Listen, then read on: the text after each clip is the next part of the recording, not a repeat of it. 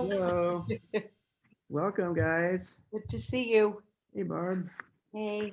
You look great. Yeah, you do. Thank you. It's an illusion. The smoke and mirrors. Huh? Hello.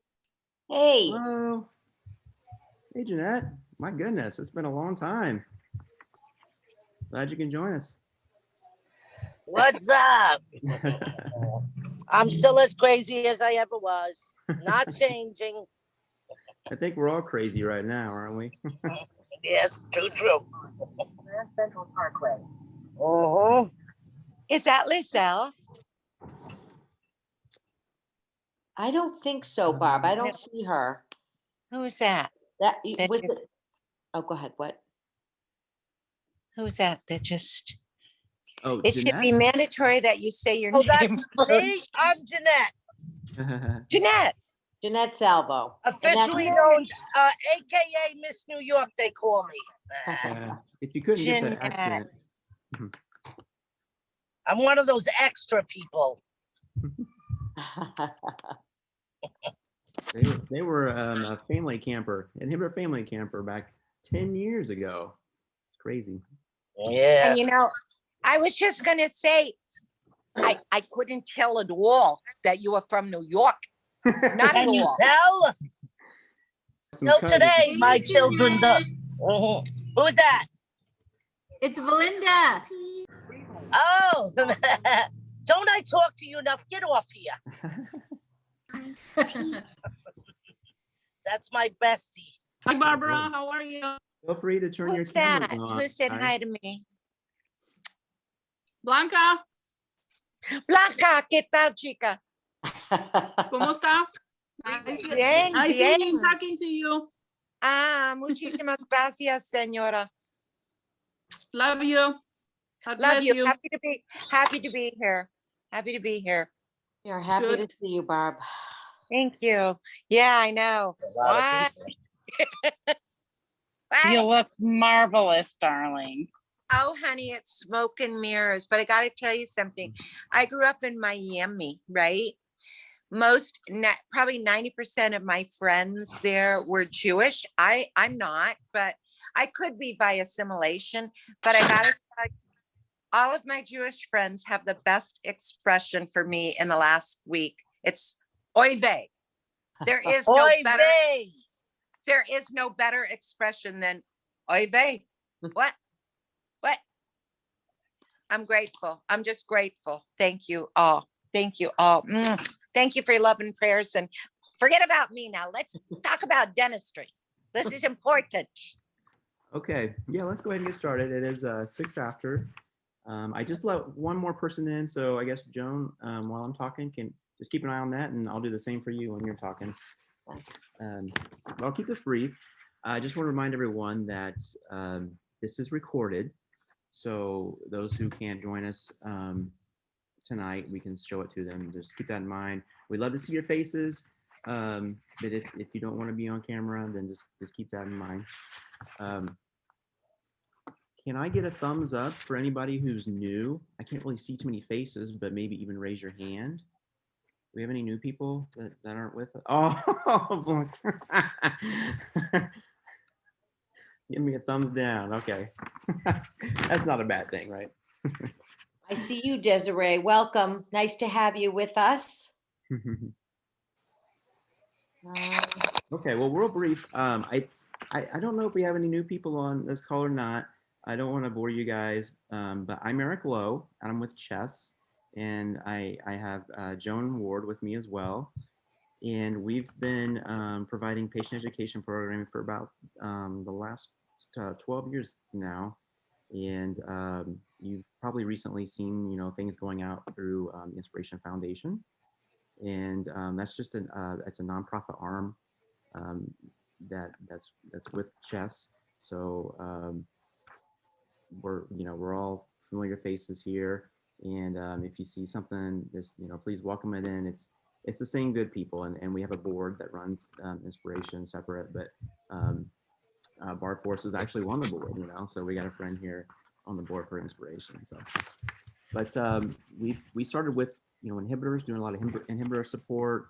We've moved on to factor 7 programs. We've been really lucky to partner with the Glanzmann's thrombocythemia group. We have some of those on there here this call tonight too. So thank you so much for joining us. And we're trying to expand into other rare bleeding conditions and other chronic conditions as well.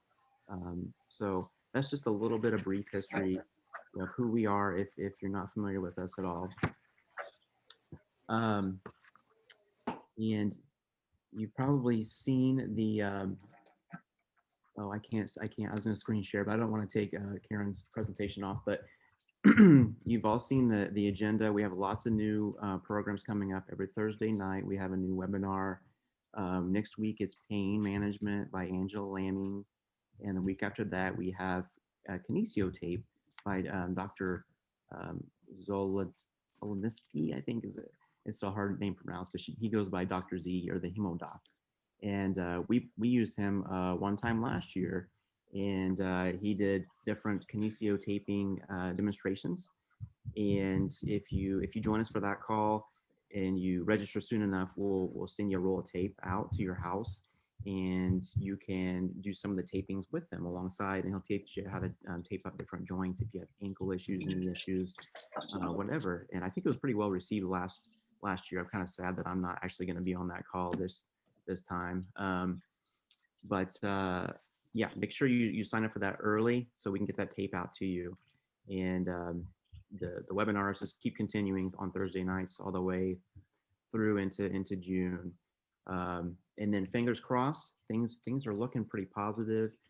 We're hoping to slip some live sessions in this fall, so we don't really have any webinars planned out too much past mid or to early summer. So What day of next week? all the webinars are planned for Thursdays. We try to make it easy for you to keep track of that. It's at 7 o'clock Eastern Standard Time. And when you registered for this call, you should have seen the agenda for all the programs. But if you registered for our kickoff, maybe everything wasn't on there quite yet. So just return to that page.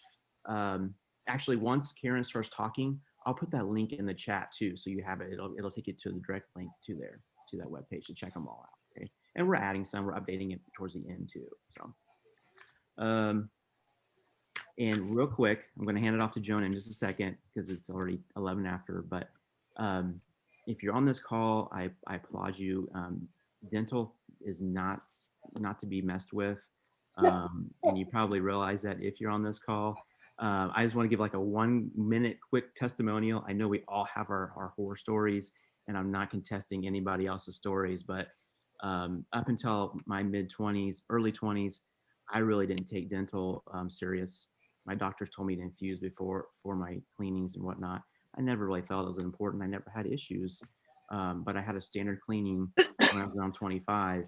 A couple of days, the next day, I woke up and I had soreness in the left side of my neck, and I thought I slept on my neck wrong, and it continued for the next few days. I finally took an infusion for it, and it didn't really get much worse. I kind of took an infusion here and there, and being at that age, I partied that weekend, which really made it a lot worse. I woke up that next morning and I could open my mouth, and usually you see like your throat has kind of like a heart-shaped opening. Well, my left side was like this, it was all squished in. I felt like if you ever had strep throat, that's what it felt like to swallow. It was really painful. I tried to take care of it a few days after that, and I ended up in the hospital, awake, getting intubated to keep my airway open. And my mother was there. I was holding her hand, and my eyes probably were as big as silver dollars because I thought, this is it. I'm gonna black out, and this is gonna be the end. So, yeah, just don't.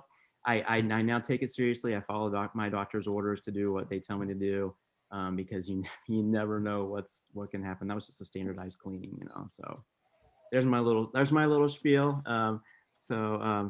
Joan, I'm gonna hand it over to you now. Thanks for your attention. I just have to say one thing. It's a good idea that you put it on text because it reminded me of the Zoom. because I don't always look in the email. That's probably why you got more people, because some of the Zooms, people probably forget the Zooms. But it was good you put it on text, just saying. Thank Call you for the fire. feedback. Thank you for that feedback. That's good. Hey, everybody, good to see you all. So we do have a couple of newcomers. I'm always excited to see all the people I know, but I do see, I saw that you had your hand up, Kristen, welcome. I see, and Amy, I think you're a first timer. DLM, would you mind unmuting and just telling us your name? *6 or the mute button. DLM? Hi, it's Dina. Oh, Dina, I'm so sorry. Yep. You're messing with It's my okay. head, girl. I'll change my name You don't to have my to. real name. I'm There you go. I'm glad you told me though. And is it Solangel? Am I saying that right? What a beautiful name. Solinjo. Oh my goodness, so much prettier the way you say it. Welcome. It's nice to Thank have you with us. And this is Matthew. Hey, Matthew, welcome. How old are you, Matthew? 10. Oh my goodness, wow, you look big. You look like a big 10-year-old. All right, well, we're really excited to have Karen with us this evening, guys. And just a quick little bio, Karen is a native of Pittsburgh. She received her dental hygiene training at the Eastman Dental Dispensary and Columbia University. In addition to clinical practice, Karen taught dental hygiene for 45 years. She has been the dental hygienist at the Bleeding and Clotting Disorders Program at the University of Michigan and Michigan State University for almost 40 years. Karen has been a speaker at local and national meetings, so some of you may recognize her or have been to her presentations in the past. She's done dental continuing education courses and professional webinars. Karen is married and has 2 children and 3 grandchildren who are all like techno whizzes, thank goodness. She loves to cook, knit, and garden. And Karen, I don't know if you are familiar with Karen, but she's pretty low key. She never gets stressed. That's why I always like to be around her, because I usually get stressed at these things. But she stays nice and calm. And we asked her if she had a preference, whether she would like you to put your questions in chat, or if you would like, if she would prefer that you ask while she's presenting. And she said either works. So you can, raise your hand if you have a question while she's presenting, if you would like to ask her, or you can type it and chat, and Eric and I will read it at the end of the presentation. So again, welcome, and without further ado, take it away, Karen. All right, it's nice to be back with you guys. I don't know if any of you have been at the other in-house programs that I did, but it was always a fun weekend, I gotta say that. So we're going to talk tonight about why dental care is important. At our clinic, when we get medical students or new residents, and we're introducing everybody, and they get, no, this is Karen, our dental hygienist. And there's always this like, huh? Why would you have a dental hygienist here? Okay, because oral care is so important for everybody, but it can become complicated, as Eric just told you, with patients with bleeding disorders. And what our goal is in our clinic is to try to keep everybody from getting into those situations. But I got to tell you, I've had more than one Eric story that I could tell you, where I went to clinic one day, I got this one gentleman, I said, you've got to have factor, blah, blah, blah, blah. I got to camp the following Saturday and they said, hey, guess who's intubated in the ICU at St. Lawrence? This guy. Why? Because he was going to take my advice for the first time and couldn't get a vein. So he didn't use it and ended up with, airway bleed. So it's really important. And we don't want to scare. We don't want to say, oh, going to the dentist is scary. No, going to the dentist is simple. We just have to have some basic principles. So let's, okay. I'm not. I can go that way. So I've kind of divided it into a couple of sections. I think they made sense when I put them together, but sometimes that doesn't work. But a couple of times throughout, I have a place for you to ask questions. So anytime, any kind of question. And And I was going to tell you, if you think a question is stupid, there are at least 4 other people wanting to ask that same question, but afraid to do it. Okay, so just ask the question. It's perfectly all right. So why should you take care of your teeth? I just sort of divided into 6 groups, okay? Facial structure, digestion, aesthetics, pain, lost school or work, financial issues, and medical considerations. And I'm only going to be sort of go into a couple of them a little bit more, but you may have questions, so you will ask those questions about the others when we get there. You know, there's this old thing about how come old men and old women all look the same? And it's because old men and old women in past always had dentures, and with dentures, you can see this total collapse of the facial structure. What's really sad is that I have a couple of young patients in their 20s and 30s who look exactly like this. They're not as wrinkly maybe, and they have hair, but their faces have collapsed because they had to have all the teeth out from poor care. Now, without these teeth, what do we do for eating and digestion? Okay. I can't remember. What's your name? What's our little guy's name? Solange, what's your son's name? Oh, Matthew. Matthew. So Matthew could tell you that there's times when he couldn't eat very well because he was missing front teeth when his baby teeth came out, right, Matthew? Couldn't eat that corn on the cob, could you? Okay. But as we get older and then we lose more and more teeth, we become, we were able to eat fewer and fewer things, and our nutrition is compromised and whatever. So it's really important. The facial structure is really important. Now this goes along with aesthetics. There's some company doing ads on TV all the time for implants, and those are implants to hold dentures in place.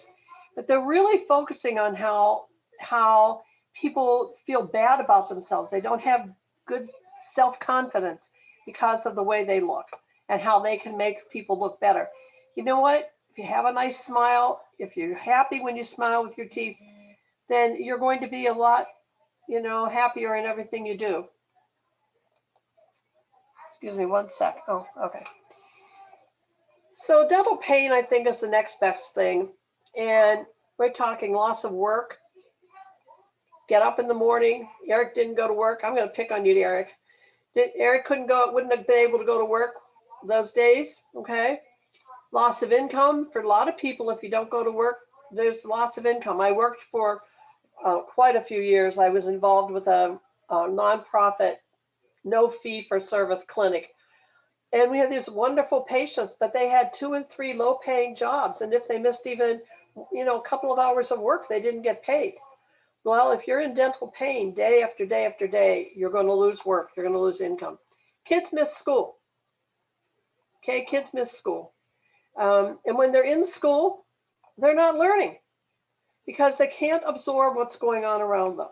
All right. They can't absorb what the teacher's saying. All they can do is concentrate on their teeth. They're hungry because they haven't eaten. But at the same time, they can't eat because they're in pain. Poor nutrition. There's this students a number of years ago did what we call a table clinic on something called the tea and toast diet, a diet of elderly people, tea and toast, because they can't eat a lot of other things. And then the risk of systemic infection, this is like the most important thing. The mouth is the dirtiest part of the body, not maybe someplace else that you might think is the dirtiest part of the body. The mouth is the dirtiest part of the body. And and it is the portal of entry for all kinds of disease into the body. If you're going to have a joint replacement and you have a lot of decay, I've stepped in and stopped that procedure. We can't have an orthopedic surgeon going in and doing something as invasive as a joint replacement when the mouth is very infected. I got a call one day about one of our patients whose teeth were literally black. I mean, it had been just a battle trying to do something with him to get some care. And this was a number of years ago. And he was in the hospital, had been diagnosed with lymphoma, and they were going to put a port in that afternoon to start IV chemotherapy. And I raised my hands and I said, no, we can't do that. We have to get his teeth out first. So we have a serious risk of systemic infection, okay, caused by the mouth if we don't take care of it and get things, the way they should be. So this has been a really great year or horrible year, depending on how you want to look at it. Janet, when she contacted me and said, how are you doing this year? COVID-19 has had just a major impact on oral care for everybody, and of course for patients with bleeding disorders. So what are the things that we've seen? Decrease on oral hygiene. And you'd say, well, why would that happen? You know what? You're not going out the door to work. I'll brush my teeth in a little bit. Oh, Wheel of Fortune just came on. I'm going to watch that, then I'm going to brush my teeth. All right? Leading to an increase in gingival bleeding. Remember, your bleeding disorder does not cause your gums to bleed. What causes your gums to bleed is poor oral hygiene, okay? Lots of plaque and bacteria. Then because you're not getting in to have your teeth cleaned or whatever, it's like almost 2 years since I've been to the dentist, really, okay? Increased accumulations of hard and soft deposits. In other words, tartar on your teeth and lots of plaque because you're not getting in for preventive care. Now this is I have it in red because it's important. Increased xerostomia. Xerostomia, Matthew, there's a good word for your teacher. See if she can spell it. Means dry mouth. Increased dry mouth due to mask wearing throughout the day. Okay, which tends to decrease hydration and increase mouth breathing. All right. And my grandson has been having horrible nosebleeds. And we have finally figured out, he does not have a bleeding disorder, but we finally figured out, because he plays baseball, that on the weekends, he's outside with his team practicing and whatever, and has a face mask on for 5, 6, 7 hours. And he's just breathing into that and not getting any moisture from humidity from the air.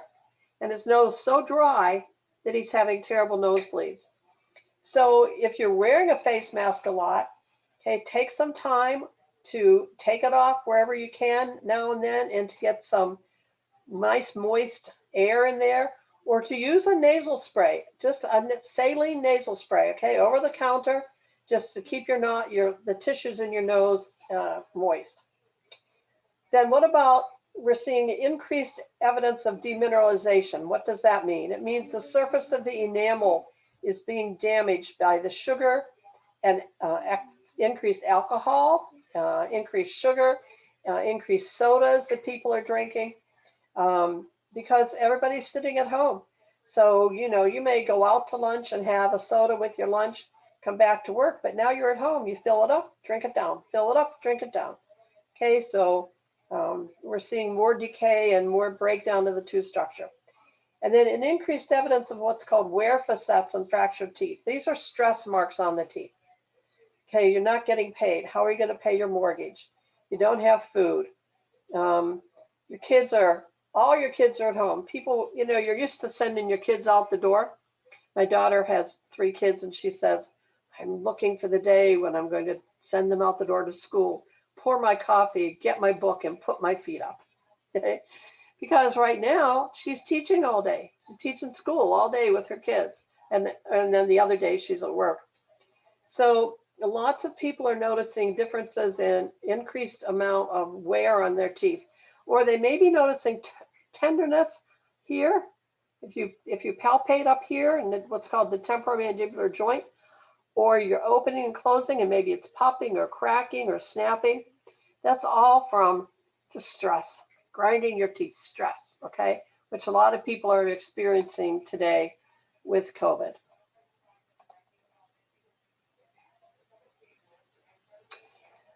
Okay, I can't move this, whoopsie, sorry. So some of the other things that we're seeing with dentistry, a lot of provider and patient anxiety. Providers were anxious about losing their practices and then having patients come in and dealing with patients, and patients were anxious about whether it was safe to go to the dentist. I've written a couple of articles for the Artery, which is a Michigan Hemophilia Foundation publication, on going to the dentist. And then reduce resources. Oh my gosh, dental offices were closed, right? They were plumb closed. You had a dental emergency, where could you go? I mean, there was the resources, the available dental resources. And even now, because it takes longer to see every patient, to prepare for them, and then to clean up or, get the area ready for the next patient, offices aren't seeing as many patients. Not only that, but they're trying to reduce the number of people in the office at a time, okay? Increased costs. There was some discussion that dentistry has become, more expensive because of the costs of the disposables and the protective barrier types of things that are being used, but that really isn't true. That's really not true. That there did, in the very beginning, we did see a little bit of that, but that's all been corrected. So you shouldn't be seeing increased costs due to that. Now, I can't tell you whether dentists are increasing the cost of basic procedures, but not because of the materials that they have to run their office. And I am seeing more cars in the dental offices, parking lots around here. So delayed treatment. People had, let's say, a root canal that was going to be done. And then all the dental offices were closed. And the root canal never got done. Then the tooth got fractured, and now the tooth may have to be extracted. Or there were other dental procedures that were supposed to be done. Kids were supposed to have sealants on their teeth. Well, the sealants didn't get done, and so the tooth got a cavity because it wasn't sealed. So delayed treatment. And then the increase in dental problems.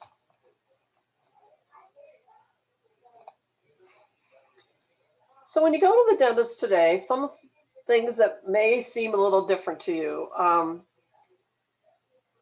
You may have some appointment anxiety. If you haven't been, you may have some appointment anxiety, like, what's this going to be like? And, is this a safe thing for me to be doing? Dental offices are calling you people at home and sort of reviewing everything before you come, just to make sure that there's nothing that they should know about you. They'll ask you questions about, have you been sick? Have you had a cold? Have you had a runny nose? And all those kinds of things. You may be required to have a COVID test. If you're going to have some kind of surgical procedure, you may be required to have a COVID test within 3 days of your appointment. And you may be required to have a COVID test even if you've been immunized. Okay. I went to a memory loss residence last Wednesday to see a friend of mine, a very, very close friend. And I had to get there 20 minutes early in order to be COVID tested before they'd let me see her. And I said, well, I'm immunized. Too bad.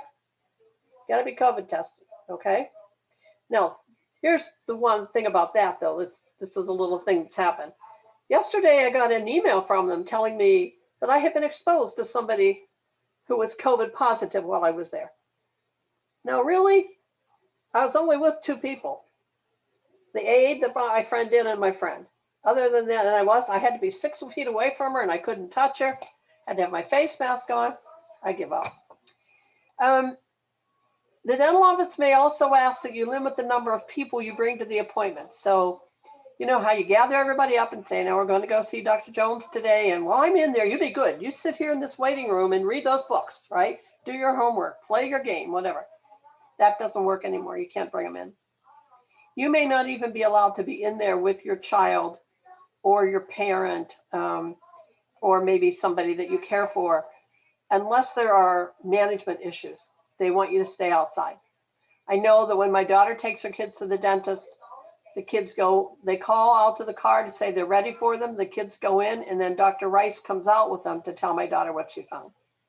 So it's, in the waiting area. Okay. You're not going to find that.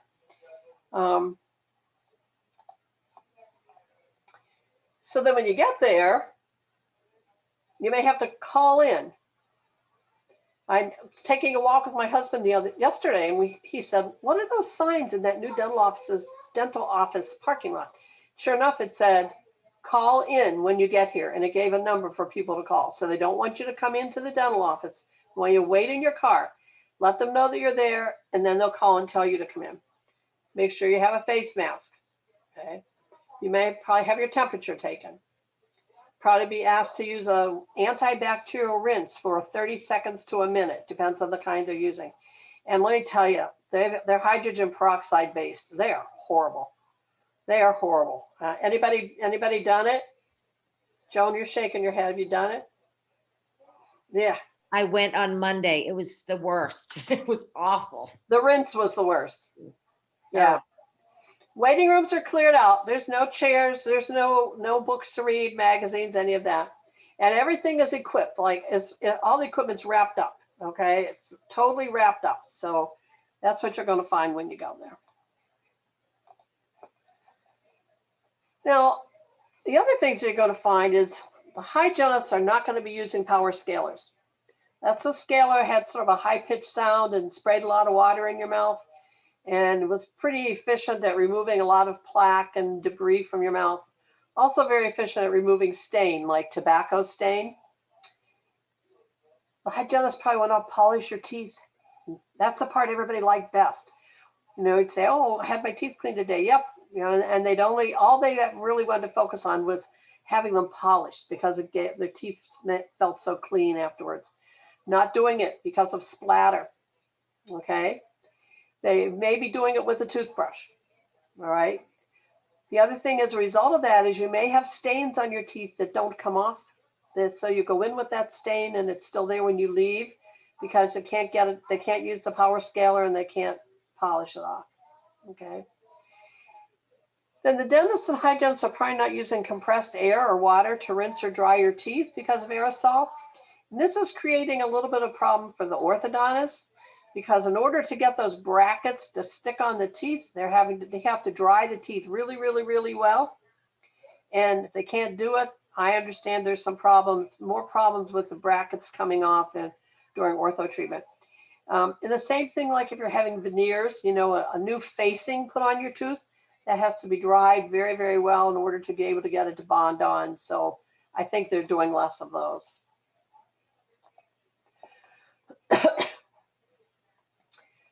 After you leave, they do a super cleaning of the area where you were. They ask you if you start to feel ill with symptoms, you know the drill. We all know the drill, you know, a couple of days after your appointment, call the dental office. But I think I didn't put it here, but the other thing goes around that you could be called too, saying that, you know, you were exposed to someone. And the only place I go, I mean, I don't go to restaurants or anything. I've still been really hesitant to do that. We have a neighborhood Panera that a group of us have gone to for a couple of years, and we're comfortable there. Okay, but we clean our tables down and everything. But the reason I'm not telling you about my going to Panera, but when I go there, everybody comes in, they write down their names and all, so that if one of the customers comes down with COVID, they can notify everybody. And then finally, remember that regular dental visits are important, and it's important for kids and us as adults, and we just have to sort of get back in the groove again. So hope that everybody, if you haven't been, that you'll get that dental appointment made. May take longer than normal to get one, but dentists are going very out of their way. You know, dentistry, this is the second time go around for them because we had to go around with HIV.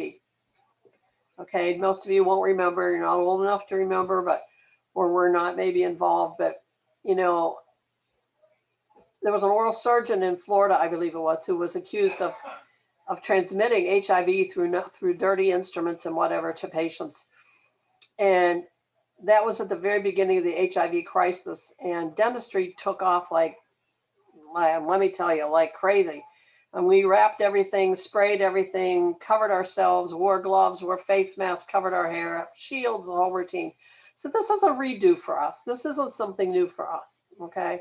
It's a redo. All right. How about any questions or comments or stories to share on any of this? Joan, when you were at the dentist the other day, did you feel like things looked different or that everything?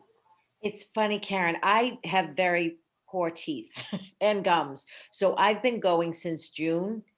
And while it was really rigid in June. I mean, I go in, I have to call them, they take my temp.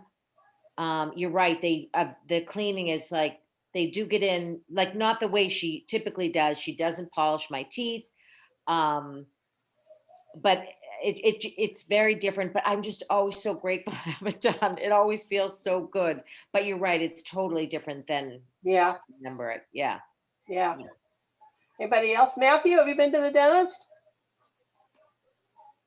recently? No? Yeah, Yeah? Was it different? a little. A little bit? All right. Okay. Help, I need a dentist. This isn't a call I get. But really, what I get is, I need you to refer me to a dentist who specializes in hemophilia. It's not going to happen. There's no such thing as a dentist who specializes in hemophilia.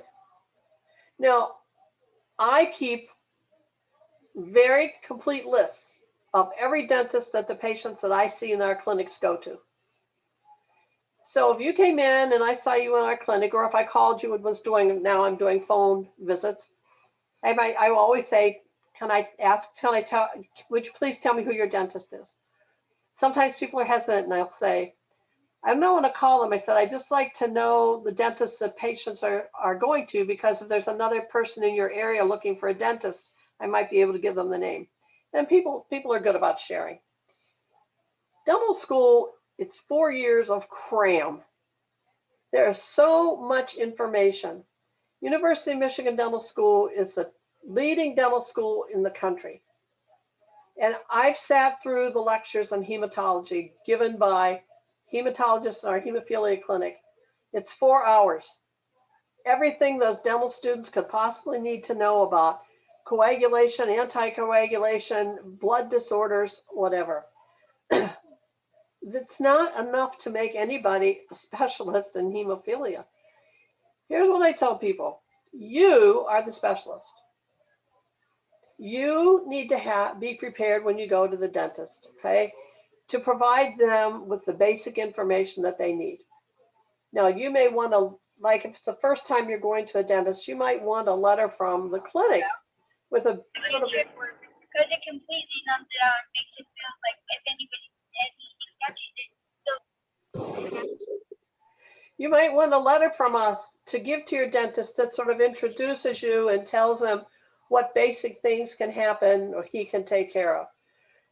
But you be the teacher, okay? And so there are these are some sources that you may, wherever you are, because I know you're in different places, but sometimes the treatment centers, like I know at the University of North Carolina, almost all the patients get their dental treatment done there.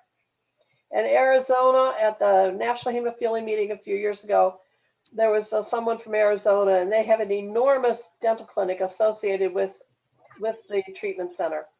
In Ireland, patients only get dental treatment done at the clinic associated with the bleeding disorders clinic. So treatment centers sometimes have facilities. Community resource clinics. Michigan has an incredible network of community dental clinics. And, you know, those clinics are wonderful resources. And some of your other states probably have similar things.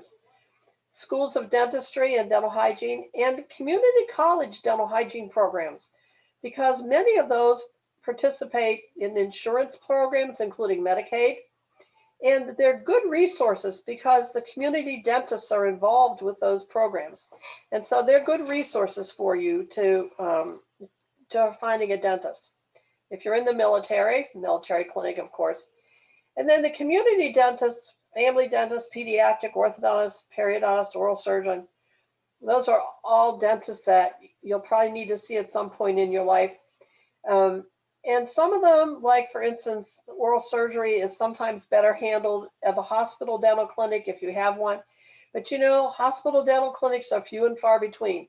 It's not like every hospital has a dental clinic, okay? We have a pretty big one at U of M, but it's so overwhelmed with patients. I mean, it takes a while for us to even get our patients in there. Hospital emergency rooms, you know, that's where you go when you haven't gone where you should have been going, right? Okay, that's where you'll end up. They are not equipped to provide dental care. Even the emergency room at the University of Michigan, which is only a floor away from the hospital dental clinic, isn't equipped. They'll bring a resident down, come down, they'll give you a prescription for antibiotics or pain. And the biggest thing we see in hospital emergency rooms is they provide ibuprofen for pain. They send you home on ibuprofen. Now, you all know that's not something that's good for you. Effective? Oh, yes, it's effective. Ibuprofen is the very best medication for dental pain, but it's not something most of you can use. Okay? So I discourage hospital emergency rooms. And you're going to put you on an antibiotic, and it will help to eventually relieve the pain. But so often what happens is people go into the emergency room, they get put on antibiotics. A week later, they're feeling fine. And guess what they don't do? They don't go to the dentist. And that's where they end up 6 months later, back in the hospital emergency room. All right? Oh, let me back up here. Any orthodontic procedure or any periodontal procedure can be done with patients with bleeding disorders. There's no reason for kids or adults not to have orthodontics. There's no reason not to see a periodontist and oral surgery as needed. Well, who's going to pay for your dental treatment? Karen? Me? Yes, may I ask you a question? Can I ask you a quick question? Of course. Okay, I'm just afraid we might run out of time. My daughter went to the dentist recently, just after diagnosis, because her gum was swelled, and she had ulcers down her throat after her first iron infusion. The dentist seemed apprehensive to treat her. Huh. Is this a common side effect of iron infusions? Not that I know of. Not that I know of. Someone else had said she had not had that reaction either. I was just curious. Yeah, no. Okay, thank you. Okay, so let's talk about who's going to pay for dental care. I used to say, you know, the teachers, Matthew, does your teacher have a candy jar on her desk? And when you guys are good, she gives you something out of it? Hold on a second, guys. What? Well, tell Papa. I got to go. Excuse me. Sorry, guys. It's my granddaughter's here. I used to say to the teachers when I would go for teacher conferences, are you paying for my kid's dental bill? As if you're going to feed them candy in school, you're going to be paying for the dental bill. Those candy jars disappeared. I mean, I'm sorry, especially those hard candies the kids suck on all day or those chewy things. All right, Medicaid. All right, Medicaid, depending on what state you're in, it'll cover some dental care. Usually it's teeth cleaning, extractions, fillings, and dentures. Okay. Some Medicaid programs are better than others. And we have one here in Michigan called, I don't know if there's anybody from Michigan on here or not, but it's called Blue Cross Complete. Oh, hardly anybody takes it. And have all these patients that have this Blue Cross Complete. Doesn't it sound like it would be the best one for you, Blue Cross Complete? No. Medicare, no dental, but Medicare Advantage programs have dental care that's similar to Medicaid or maybe a little bit better. Obviously, employer-based dental insurance, and then other third party. The one that I think about is the hemophilia, state hemophilia programs. I know Michigan, Ohio, and Indiana all have dental programs. I don't know about. I heard somebody say they were from New York,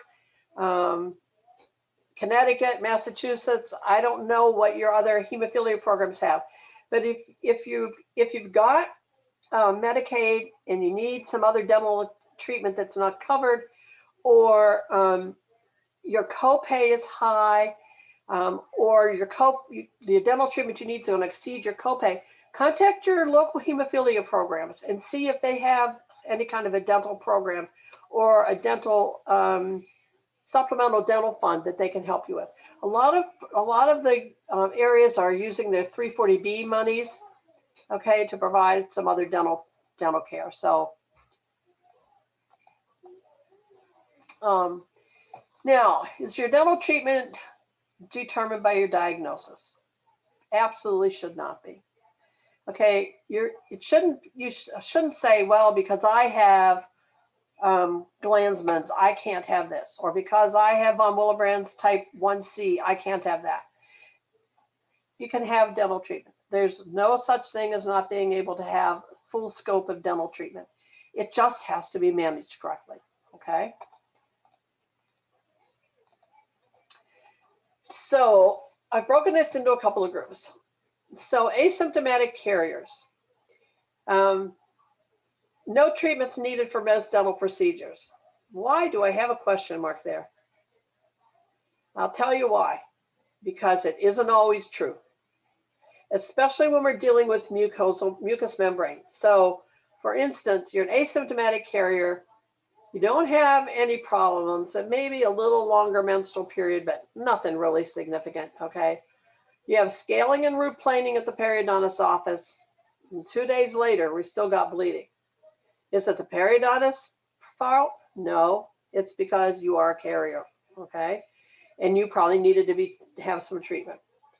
Amicar or tranexamic acid may be the only treatment you need.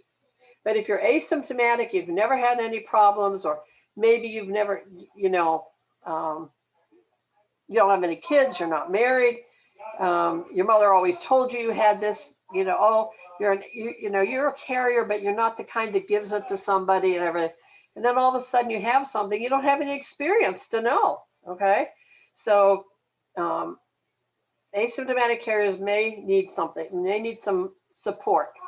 Amicar, tranexamic acid, Stimate, and IV DDAVP. Now, don't everybody raise their hand and say, oh, Stimate. Yeah, I know. We don't have it, do we?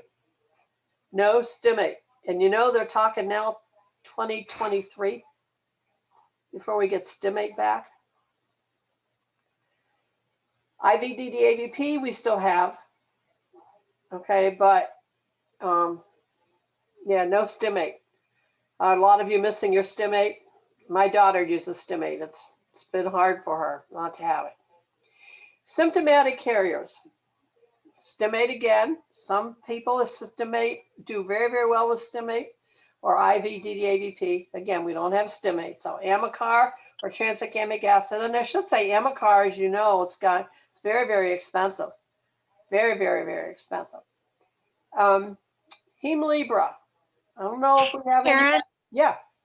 I'm sorry, I hate to interrupt anybody on a roll in a presentation, but can you please explain to us why no Stimate anymore? What's that about? Oh, yeah, because I can explain to you why we don't have it, but I can't figure out why they can't fix the problem. Because the formula has like 3 times the amount of DDAVP in it. So it's too strong. All right, it's too strong. So they recalled it all. Now, if you have it in your refrigerator, I'm not going to tell you not to use it. Okay. What I can tell you is my docs have said, my adult hematologists have said, they don't worry about adults. It was the kids they were more concerned about.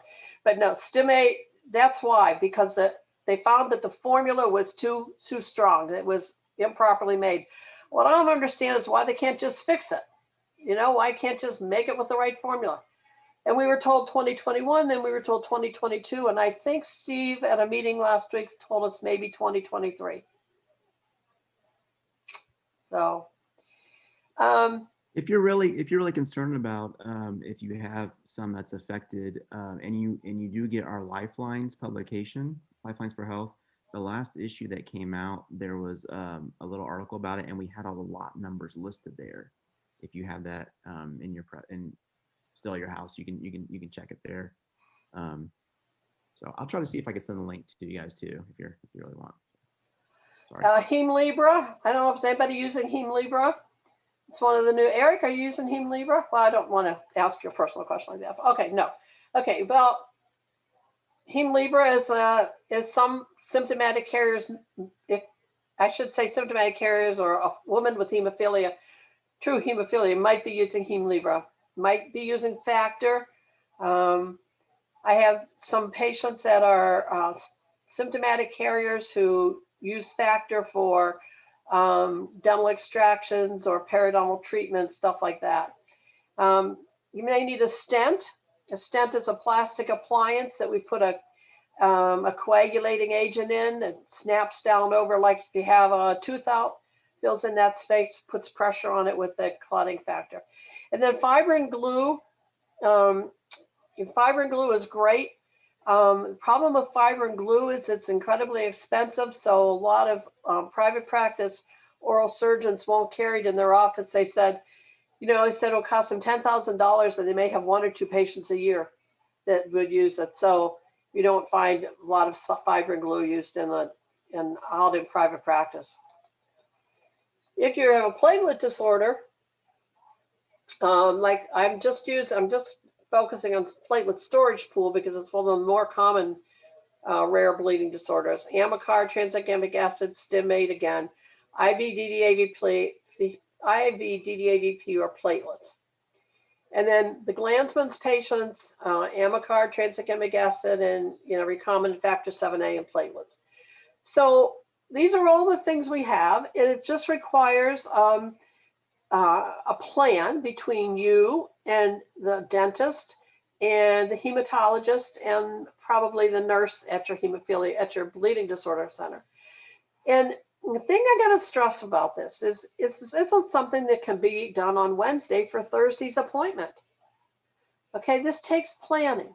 Okay, it requires that you have your appointment with your hematologist and that the dentist tells us what he wants to do. And then we can sit and decide, okay, this is what we want to do. And please schedule those appointments with the dentist for the beginning of the week. Because I don't know where your clinics are, but our clinics don't function on the weekend. You always have to go through the consult service. Well, the hematologists on the consult service don't know you, and they may not know a whole lot about your special needs.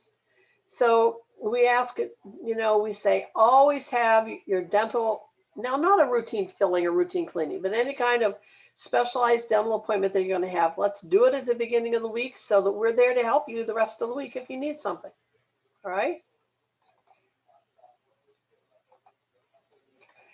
All right, those are hands up. Hands up. Questions or anything from what we've just talked about? How are you guys all doing with getting dental appointments and getting specialty appointments? Karen, may I ask you another question? Of course. One of our attendees has asked, both my boys have ports for the hemophilia A severe. We dose antibiotics before cleaning, but exactly how important is this? There are mixed answers on Google. This is a little bit complicated right now. I'm going to give you the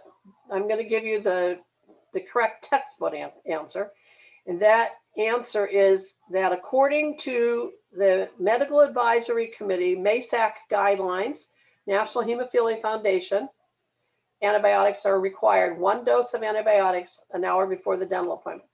Okay. Recently,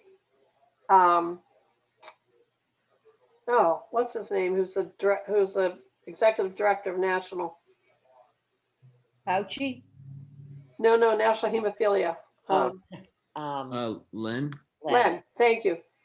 He wrote this article, and there was no mention of it. So at our weekly team meeting, I asked Steve Pipe. Okay, some of you may know that name. I said, so do we need to do this or don't we? I said, because I get into a lot of heated discussions with people at treatment centers about it. And Steve said, well, and Steve's been president of MASAC. he said, which recommendation is it? And I told him, and he went, he goes, oh, geez, he said, we haven't looked at that in like 15 years. And then Angie Wyand, who's one of our hematologists, said the American Association of Infectious Disease Physicians says not needed. So here's my answer. Until MASAC takes it off, because as a dental hygienist, I don't have the authority to go off grid and say to patients, you don't have to do that. But your dentist, if he finds something that says it's not needed, that's fine. That's the best I can come up with, Joan. I understand the confusion. The confusion's coming from national, really. Okay. Now they're not. It's not needed. I will say, fistula in the arm, like people having dialysis have a fistula in the arm. The nephrologists say yes. They want the antibiotics before dental. Okay. So, Barbie, why don't you unmute and ask us your question? if you have questions, ask. Barbie, yes. Unmute. Unmute. You're muted. I got it. There you go. Sorry, I'm a little bit slower today. I'm sorry. Karen, thank you for this presentation. I'm maybe speaking for myself, maybe speaking for a few other women with bleeding disorders here. So it's hard enough, as we know, for males with hemophilia and other bleeding disorders to get good quality dental care. What suggestions do you have for those who are women who may not have quite the resources that the males have, that we don't have quite the foundational backup, let's put it that way, that historically the males have? What would you give us as advice to do when going to a dental practitioner and we ourselves are having issues and we know we bleed and we may not be counted amongst, the men that bleed with hemophilia? What would you give us advice to deal with that? The big issue is carrier. Okay, that's the big issue. Okay, Rashna Kulkarni, who's a hematologist at Michigan State, says we should say hemophilia. Okay, which means women with hemophilia. All right. Now that's not popular. It's not popular with patients. It's not popular with most treatment centers, but Rashni sticks by it. I just have to tell you, I don't have one patient in over 800 patients at the two centers I'm at who don't have a dentist if they want it. We have absolutely no problems getting dentists for our patients, male or female. Okay? Because, we tell patients, when you go to the dentist for the first time, well, I always say, don't tell the lady that answers the phone that you have hemophilia. Because here's the thing. Hi, I've been referred by John Jones. He's one of Dr. Smith's patients, and I want to know, will he treat me? I have hemophilia. So here's the person at the desk with not much background.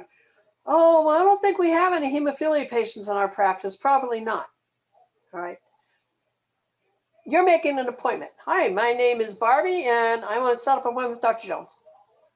End of discussion with the lady at the desk. And then when you come in for your appointment, you got that medical history and you fill it all out. And he says, oh, I see you have whatever, von Willebrand's disease or, Glanzmann's lymphopenia. I don't know much about that. And you say, well, it's a hereditary bleeding disorder, and I can have my teeth cleaned, my dental exam, and my x-rays without any problems. If you find that I need more dental care, then my doctors will decide what medicine I have to take so that you can treat me. Firm, to the point. Now, well, that sounds great, but I think I'd like to talk to your doctors first. That's okay. Don't leave there all pissed off. Sorry. Don't leave there all upset. I've had people call me, he wouldn't treat me today. I say, well, did they give you another appointment? Yeah, in 2 weeks. And they want to talk to my doctor before, and that's okay. There's a good dentist. He wants to make sure he knows what's happening. He wants to make sure he can treat you well. All right? You got Hemophilia Foundation in Michigan, very female proactive. And we don't have any issues with that. And we have equal support, financial support for women. Okay. Now, I don't know where'd you go? There you are down here. I don't know, Barbie, where you live. I don't know what your treatment centers are, whatever. But we really, it's one of the reasons why I write down every dentist's name that my patients see, because I can say, oh, you live in Midland? Well, John McLaren's in Midland, and he has 2 other patients with bleeding disorders. Okay, and somebody can go off to John McLaren. All right, so that's the best I can tell you. Be firm, plan it ahead of time, know what you're going to say, take that business card for your hemophilia treatment center in to give to the dentist. All right, you should be able to handle it. Karen, someone asked I want to make sure I say this correctly. Hold on 1 minute. What do you recommend when wisdom molars have to be extracted? Oh, we're going to let me skip to that, okay? Let me just wisdom teeth. Yeah, wisdom teeth. So why, yeah, okay, I just want to make sure we're about, why do you take out your wisdom teeth? We used to say before 21, take them out. After 21, leave them alone. We don't say that anymore. Here's a really good example. This is a 6-year molar. This is a 12-year molar. And here's the wisdom tooth. And you see this thing around it? That's a great big cyst. As that cyst grows, it'll destroy the bone. I have a lady right now, late 30s, maybe early 40s, who's having to have total reconstruction of the mandible with metal plates because of a cyst around a wisdom tooth that she didn't have extracted. And it grew and grew until it destroyed all this bone. Okay. Let me show you one of them. Then I understand the question, so I'm going to do that. I just want to show. Here's another reason why you take out wisdom teeth. Look at the position. Wasn't bothering me. I wasn't having any pain. But you also weren't keeping it clean, because who can get down in there to keep it clean? So this decayed, and then the tooth next to it decayed, and both of these teeth will probably be lost. When you lose these 2 teeth, what's going to hold these 2 up? Right? Here, it's not the same thing over here. We've got this wisdom tooth here, and it's put so much pressure on this 12-year molar next to it that this tooth is going to end up lost. And then we're going to have the same thing. We're going to have these teeth will drift down because top teeth are held in by bottom teeth, and bottom teeth hold the upper teeth where they belong. Okay. All right. So what do we recommend? I have to tell you, we use. Do I have this in this one? Yeah. So Amicar and tranexamic acid for 5 to 10 days. Platelets or Amicar. Factor and Amicar. These are combinations. IV, DDAVP and Amicar, Heme Libra and Amicar. And this is the neatest one because these Heme Libra patients, a lot of them are just using Amicar along with their Heme Libra. And then sometimes, like that one I just showed you with the cyst, we would do Heme Libra. Then a couple days after, we would do Factor, and we would obviously be doing Amicar and tranexamic acid at the same time. In hospital, no. Generally speaking, they're done outpatient. Why wouldn't I do it outpatient? I wouldn't do it outpatient if I had a patient I didn't trust. In other words, I don't believe that you're going to take your medicine. I don't believe you're going to take your Factor. Okay. Or I have patients that wasn't easily accessible to the treatment center or to an emergency room, which we do have some of those in Michigan. Okay. schedule them early in the week.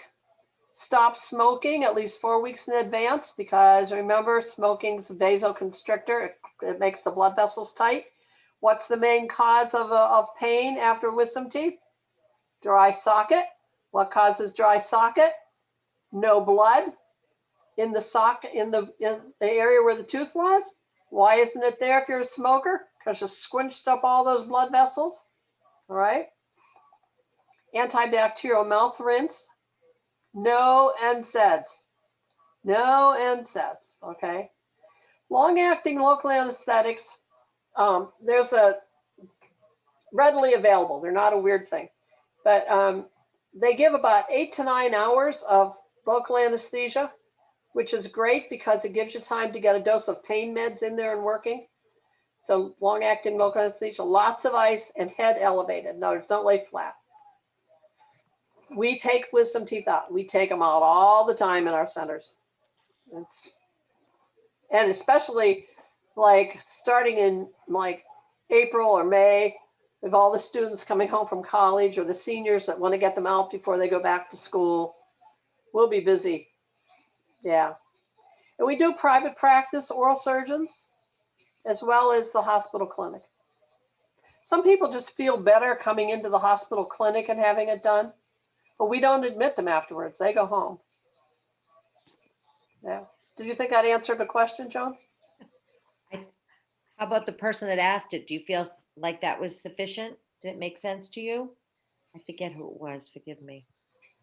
It was me. It was Oh, me. thank you, Elvira. Sylvia. Hi, how are you? So we had a bad experience. My son has hemophilia B with inhibitors. Oh, yeah. Lucky you. Thank you.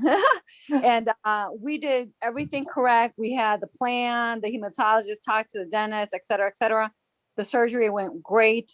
He didn't have too much bleeding, but afterwards he started bleeding in his jaw, and then the bleed traveled through his throat and it closed his throat. That was from the local anesthetic. That was from the local anesthetic. Okay. Yeah, we couldn't pin it. With block anesthesia. Okay, two kinds of anesthetic done in the mouth. One's called an infiltration. So the upper teeth, if I took off all the gums, all you'd see that bone is like lots of little holes in it. Okay, so I can inject right around it, and the anesthetic seeps into those little holes and numbs the tooth. The bottom is very solid. See up here, all these little spaces like? All right, this is very, very solid. And the only way to numb these teeth is to inject way back here so that I get this local anesthetic going into this nerve canal. And that's why when you go to the dentist and you have a bottom tooth filled, everything's numb. Everything's numb all the way here, all right? So when I go back here, this needle, all right, I can't see where it's going. I have my landmarks. I know what I'm feeling for. And we get what's called, hematoma, because you bleed back into that area. You're right. It has no place to go. So it goes down into the airway. Okay. So Elvira, did your son use, he had factor before the extractions? Yes, ma'am. He had Novo 7 because that's the only thing that works for hemophilia B. Right. And so he had it before, he had it afterwards, but my son has a lot of difficulties, with things like that. And he wound up in the hospital. So that's why I'm just saying, what do you recommend for other mothers, or for other parents who are going to be experiencing this? Because I know some of us have kept some of our wisdom molars, some have not. So I want other parents to go through what I went through because I thought. How old is he? He was, now he's 27, but he was 25. Okay. We admit our younger kids, our peds people do admit, but the adults we don't admit. There's some new treatments being used with Hem B with the inhibitor. We have several patients in our clinic. I think it's been a couple years now, so I would talk with have them talk with this hematologist and see what they suggest. And probably more factor and more often. That's, especially when you're using 7A, it's, you got to be giving it pretty close together there. Right. We even did bolus units, doubled it up just to have it in the Yeah. system. But unfortunately, he just wanted. That's that local anesthetic. It's, now the thing they might try is if they can, they might be able to do no local anesthetic, have him asleep. He obviously doesn't need the local anesthetic to control bleeding because he's getting a different bleeding management. I mean, that might be a possibility. He's not going to feel it. He's going to be asleep. So, Karen, Desiree asked a question. Where do we get the pre-treatment, at the hospital or the dentist office? always, if you're not on home care, always at the hospital. Yeah.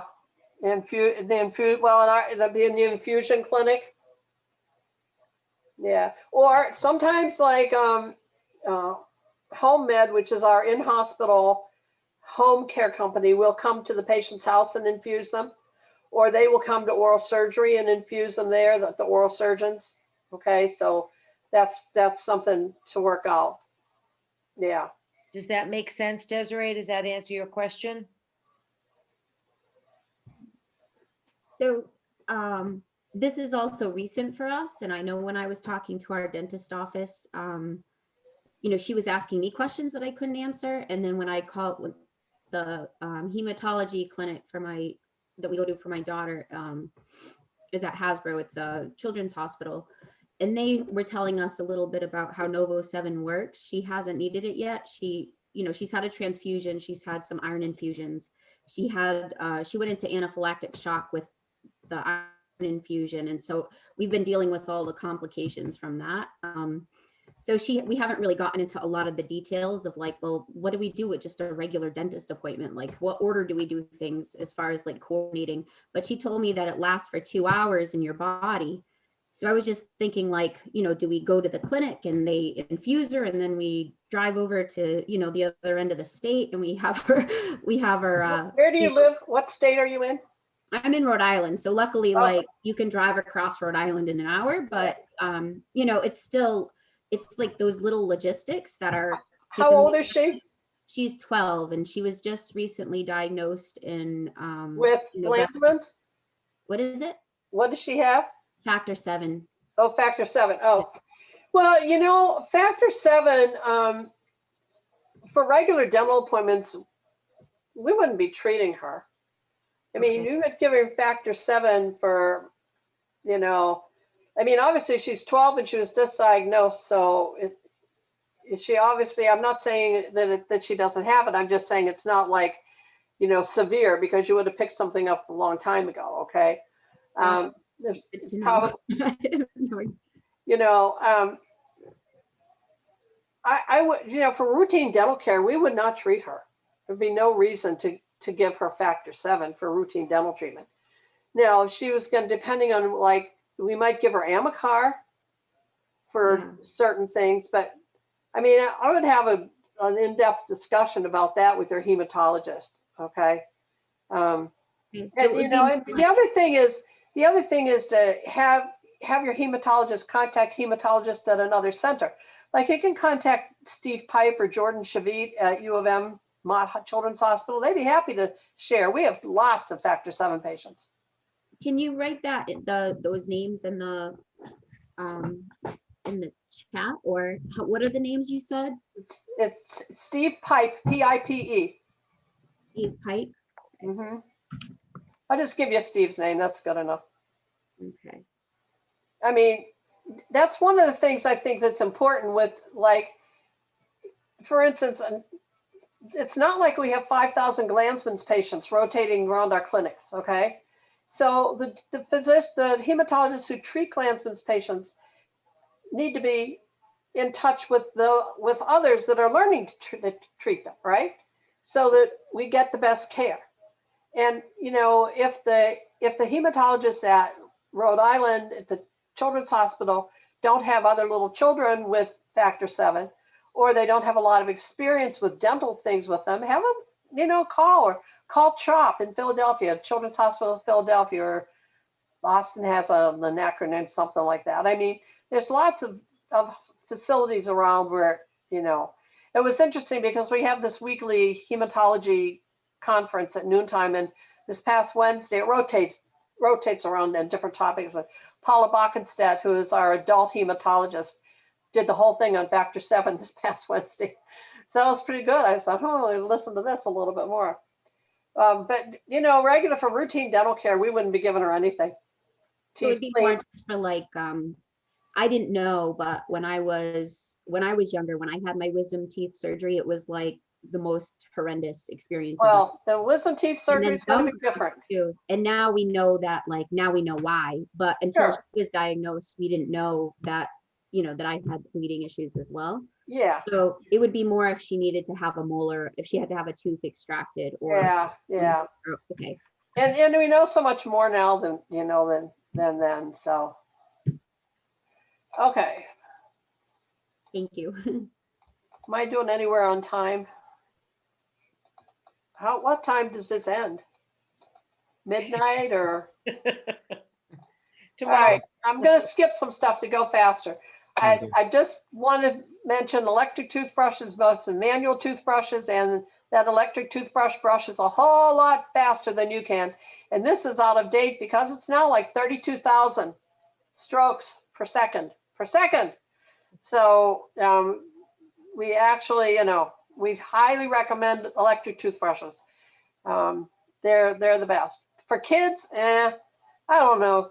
Kids think they're fun in the beginning and then they get bored with them and whatever. So I have one grandchild who loves her electric brush and the others who don't. So true or false, no need to floss? Well, they say no, we don't have to floss. I still believe in floss, but what I really believe in is cleaning between your teeth. So there's all kinds of things you can use to clean between your teeth now, including the new water picks that have the flossers with them. And even there's studies that show rinsing vigorously with Listerine or Crest Pro Care do good proximal cleaning, okay? Lots of rinses available out there for you. Antibacterial mouth rinse like the Listerine group. Anti-caries mouth rinses like the fluoride mouth rinse groups. Just make sure you're seeing this anti-caries.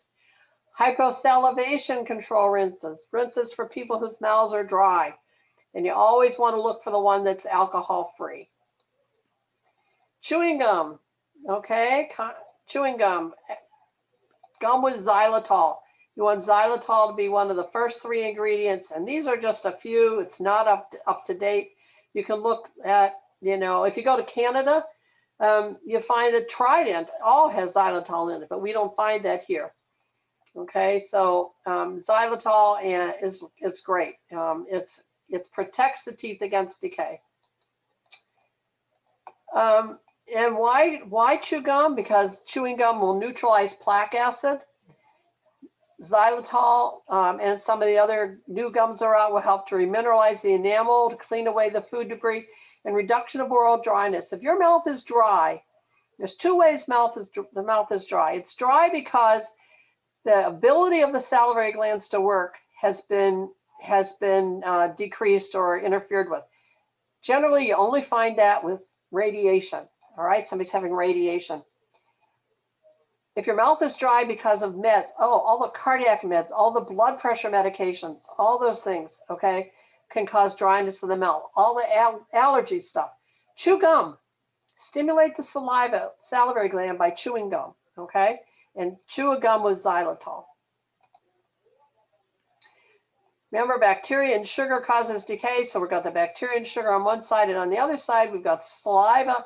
Saliva is a great protective thing for our teeth, which is why we want to keep our mouth wet. And then fluoride, all those toothpastes are out there. Just make sure whichever one you pick has fluoride. Okay, so with some teeth, the dental implants can be done.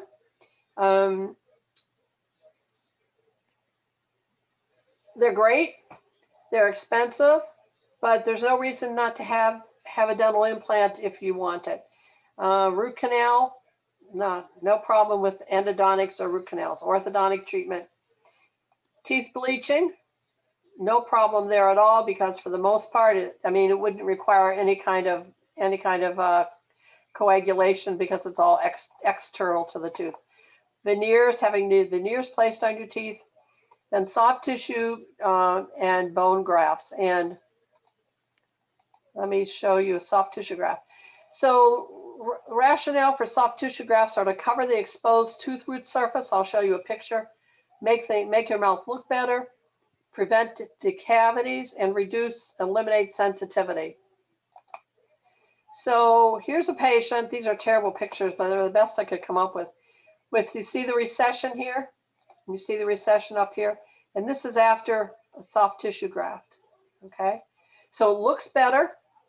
And then this part of the root here is at high risk for decay. Apparently they went all the way over to here, because the root of the tooth is softer than the crown. And when it's exposed, we get root caries. Plus it's sensitive to touch. So it's all been covered up and it looks lovely. Here's down here, okay? You can see the amount of recession that the patient had there, and then they had the grafts. And these don't look real great yet. It takes a while for them to really look good, okay? And then a bone graft is a procedure that's used to increase the amount of bone in a part of the jaw where it's been lost. So for example, here's the jawbone, and this pink is the gum tissue, but this was way up here at one point, all right? So now you want to put an implant in, but you can't put an implant here. So they come in, move the gum tissue back, fill this in with dehydrated bone or a bone chip of some kind, let it grow and develop till we get this nice base that we can then go and put the implant in, okay? Just a word about herbal agents. Lots of those herbal agents affect platelets. Lots of them.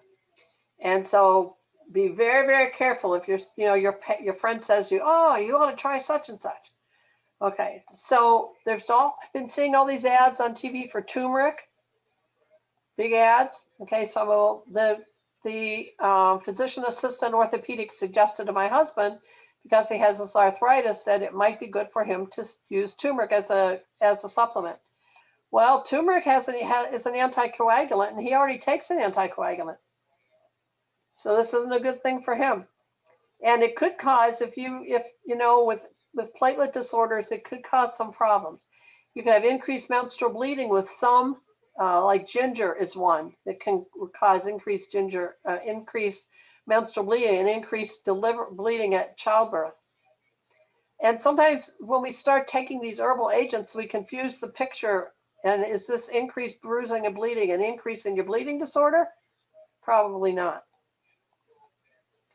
And then the last one is marijuana. Not accusing people of being, potheads, but I know we are using it. People are using it for pain.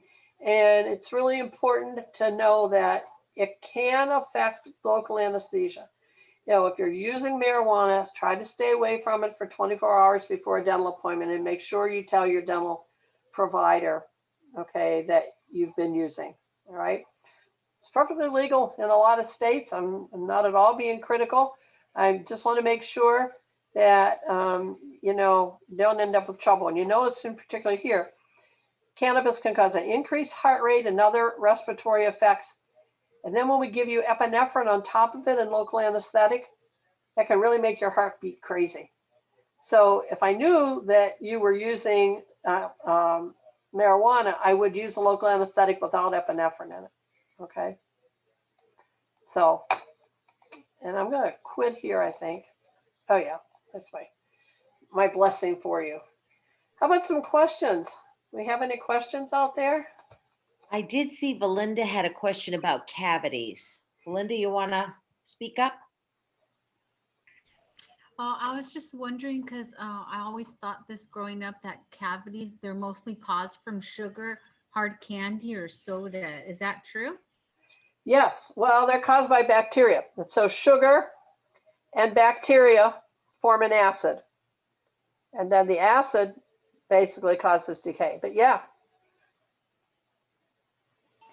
Okay, your- thank you. keep your mouth really clean.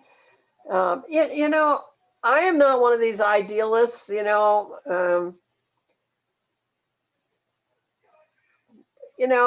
my kids eat junk. Well, my kids are adults now. My grandkids eat junk, but we just got to brush afterwards. That's the rule. Eat what you want and brush your teeth afterwards. Make sure you brush them really good. Easter's coming up. I've already bought the chocolates and stuff for their jelly beans and all for their Easter basket. I'm bad. But they don't have cavities, any of them, so we're getting our message across to them. Awesome. Anybody else?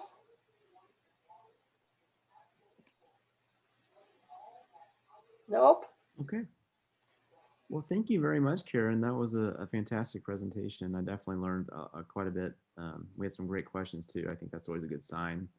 Yeah, So- if anybody, if you have any other questions, you can email me. It's kjr@umich.edu, kjr@umich.edu. Joan and Eric know my email, so. Yeah, we can, if it's okay, Karen, we can send out your email to the whole group that attended. Some dropped off already, if that's okay with you. Yeah, I'm going to have you use the plain one, just umich.edu, leave the med out of it, kjr@umich.edu. Okay. Eric, I'll send it to you. Perfect. Yeah, Thank you were emailing me on the hospital website. I'm just going to have you do it on the regular university site. I'll email it to you. Okay, great. And we have one more question. Sure. Where can we find the best list of herbal products that increase bleeding? That do what? Where can we find the best list of herbal products that increase bleeding? Oh, To avoid, I guess. yeah, there really isn't one. I thought about that. All I can say is look them up and don't just look at the first 3 side effects. Go through it 5, 6, 8, 10 side effects down the road, looking for platelets. That's the big thing, is platelets. But almost all of the herbals affect platelets. And the thing is, it's one thing if you're taking one herbal, that's not a big deal. But I've had people come in when I was at the dental school. We had people come in with a bag that had like 15 herbals in it.